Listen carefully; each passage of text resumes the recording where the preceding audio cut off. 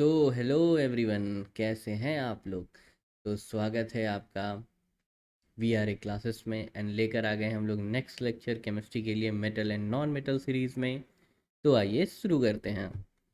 देखिए पहला क्वेश्चन क्या कह रहा है कि the metal which can displace zinc. ठीक है, the metal which can displace zinc from zinc sulphate solution is. ठीक है, तो लास्ट सेशन में हम क्या बताए थे कि अगर कोई भी मेटल रिएक्टिविटी सीरीज में अगर किसी के ऊपर है, सपोज ए बी से ऊपर है, तो ए क्या करेगा, उसको उसके सॉल्यूशन में, बी को उसके सॉल्यूशन में डिस्प्लेस कर देगा। तो जिंक को भाई कौन कौन डिस्प्लेस कर सकता है, जो जो जिंक के ऊपर है। तो देखते हैं लीड है क्या जिंक के ऊपर, तो भाई वो तो नहीं है। कॉपर है, नहीं वो भी नहीं है। मैग्नीशियम है, तो हाँ मैग्नीशियम तो जिंक के ऊपर है। सिल्वर है, नहीं है। तो आंसर क्या हो जाएगा, magnesium. So magnesium can easily displace zinc from zinc sulphate. ठीक है, आगे बढ़ते हैं।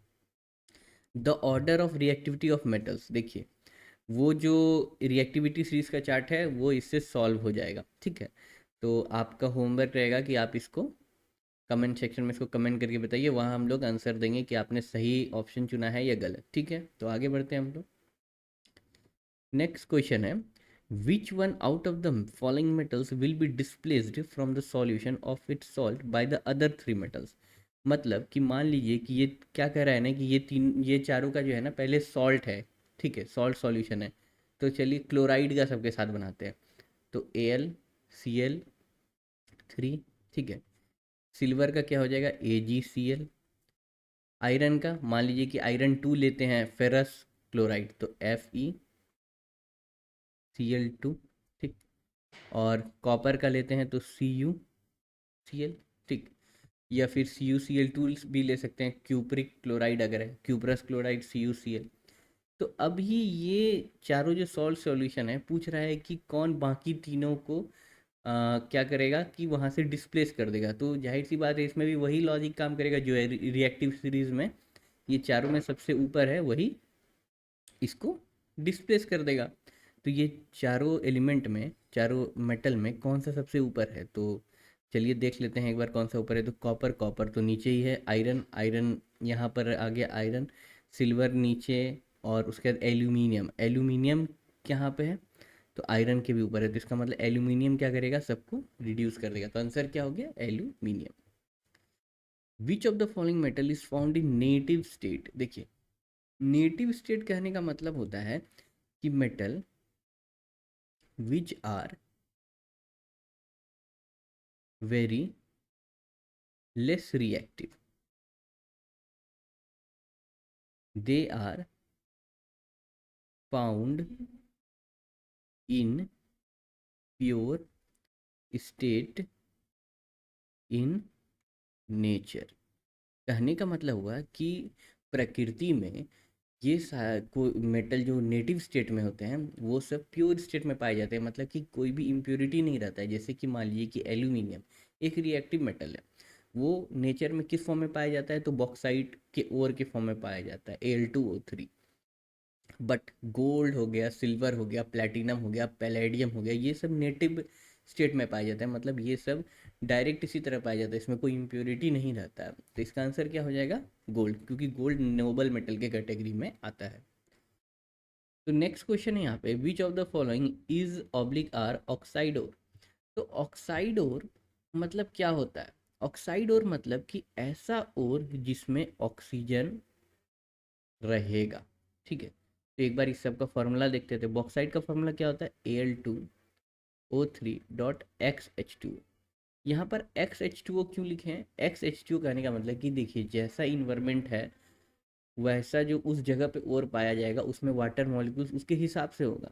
ठीक है, तो मान लीजिए कि अगर बिहार के गया डिस्ट्रिक्ट में अगर पाया जा रहा है, तो वहाँ पर क्या होता है, ड्राई वेदर होता है, तो वहाँ पे कम रहेगा। मान लीजिए कि ये किसी और जगह पाया जा रहा है इंडिया में, तो वहाँ पे ज़्यादा हो सकता है। ठीक है, क्यूपराइट, क्यूपराइट होता है Cu2O।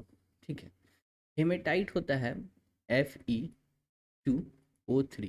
तो देख रहे हैं ये सब में ऑक्सीजन मॉलिक्यूल अटैच्ड है, तो इसलिए ये सब क्या हो जाएगा, ऑक्साइड हो जाएगा। तो आंसर क्या हो जाएगा, ऑल ऑफ दीज। आयरन का एक और होता है जो कि बहुत ही ज़्यादा रिच होता है आयरन से, उसका नाम है मैग्नेटाइट। इसका फॉर्मूला होता है Fe3O4। ये बहुत ही इम्पॉर्टेंट है, इसको आप लोग याद रखिएगा, ठीक है। चलिए नेक्स्ट क्वेश्चन है यहाँ पे, हॉर्न सिल्वर इज A/N, ये क्या है? देखिए हॉर्न सिल्वर जो है ना, सिल्वर का ओर है, ठीक है, जो कि होता है सिल्वर क्लोराइड। सिल्वर क्लोराइड से हम लोग सिल्वर को एक्सट्रैक्ट करते हैं। तो भाई उसमें पूछ रहा है कि वो कौन सा हो रहा है, सल्फेट हो रहा है, हेलाइड हो रहा है, सल्फाइड हो रहा है, ऑक्साइड और क्या है? तो अभी तो लास्ट क्वेश्चन में पढ़े कि ऑक्साइड और उसको कहते हैं जिसमें ऑक्सीजन का क्या रहता है, मॉलिक्यूल अटैच रहता है। सल्फाइड और किसको बोलेंगे, जिसमें कि सल्फाइड आयन अटैच्ड हो। हैलाइड और किसको कहेंगे, जिसमें कि हेलोजन ग्रुप का कोई भी एलिमेंट अटैच रहेगा। हेलोजन ग्रुप का एलिमेंट क्या है, क्लोरीन है, फ्लोरीन है, ब्रोमीन है, आयोडीन है, तो ये सब हेलोजन ग्रुप का है। और सल्फेट और में क्या होता है, SO4 माइनस सल्फेट अटैच होता है। तो यहाँ पे AgCl में क्या अटैच है, हेलोजन अटैच है, इसी को कहा जाता है हैलाइड और, ठीक है। आगे बढ़ते हैं। Name of the first synthetic metal is, देखिए पहला सिंथेटिक मेटल जो है ना उसका नाम है टेक्नेटियम, ठीक है। यहाँ पर हम फोटो आप लोग के लिए ले आए हैं कि देखिए कैसा लगता है टेक्नेटियम देखने में, ठीक है। इसको जो है ना न्यूक्लियर रिएक्टर में बनाया जाता है।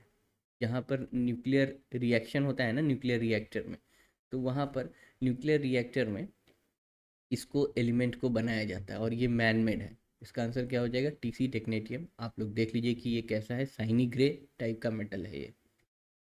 The most impure form of iron is, देखिए आयरन जो है ना नेचर में एग्जिस्ट करता है किसके फॉर्म में, मैग्नेटाइट और होता है इसका हेमेटाइट होता है, ठीक है। और क्या होता है कि एक होता है फूल्स गोल्ड,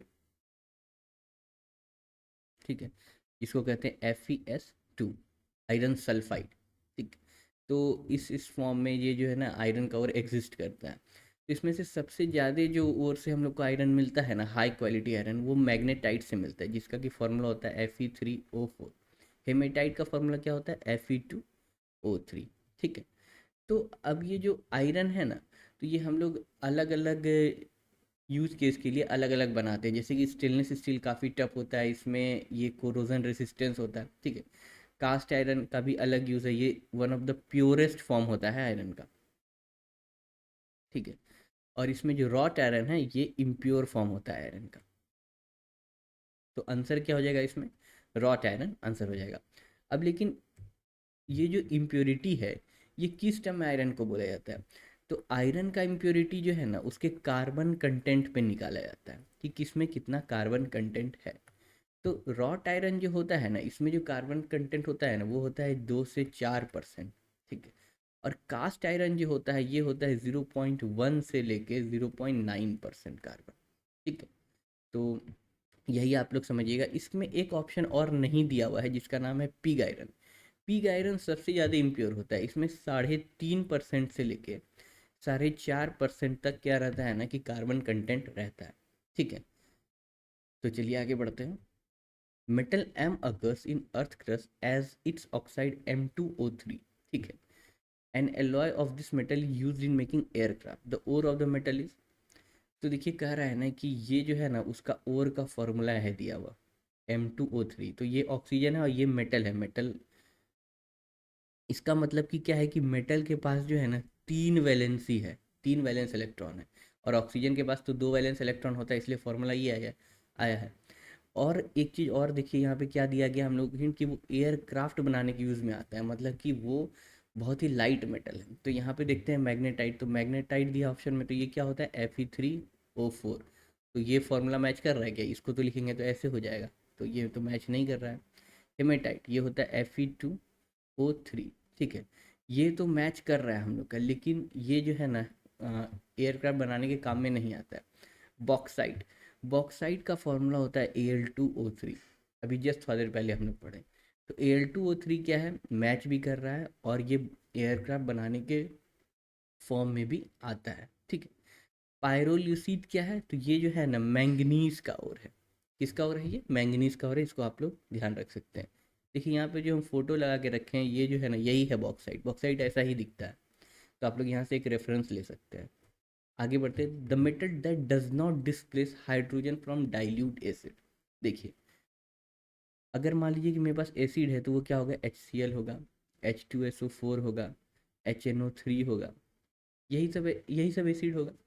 तो इसमें हाइड्रोजन को कौन डिस्प्लेस कर देगा, जो रिएक्टिविटी सीरीज में हाइड्रोजन के ऊपर रहेगा, और जो नीचे रहेगा वो नहीं करेगा। तो भाई आयरन तो रहता ही है, सोडियम होता ही है, जिंक रहता ही है, कौन नहीं रहता है, कॉपर नहीं रहता है। देखिए, मुझे आपको बताते बताते ध्यान में भी आ गया, मैं भी आपको भी आ गया होगा कि कॉपर हाइड्रोजन के नीचे प्लेस्ड है। तो जो हाइड्रोजन के नीचे प्लेस्ड है वो इसको डिस्प्लेस नहीं कर पाएगा, तो आंसर क्या हो जाएगा, कॉपर। ठीक है, तो चलिए इस सीरीज़ को, क्वेश्चन के, इसको यहीं तक रखते हैं, मिलते हैं नेक्स्ट वीडियो में।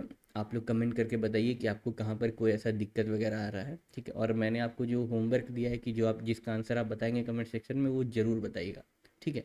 तो मिलते हैं नेक्स्ट वीडियो में, थैंक यू।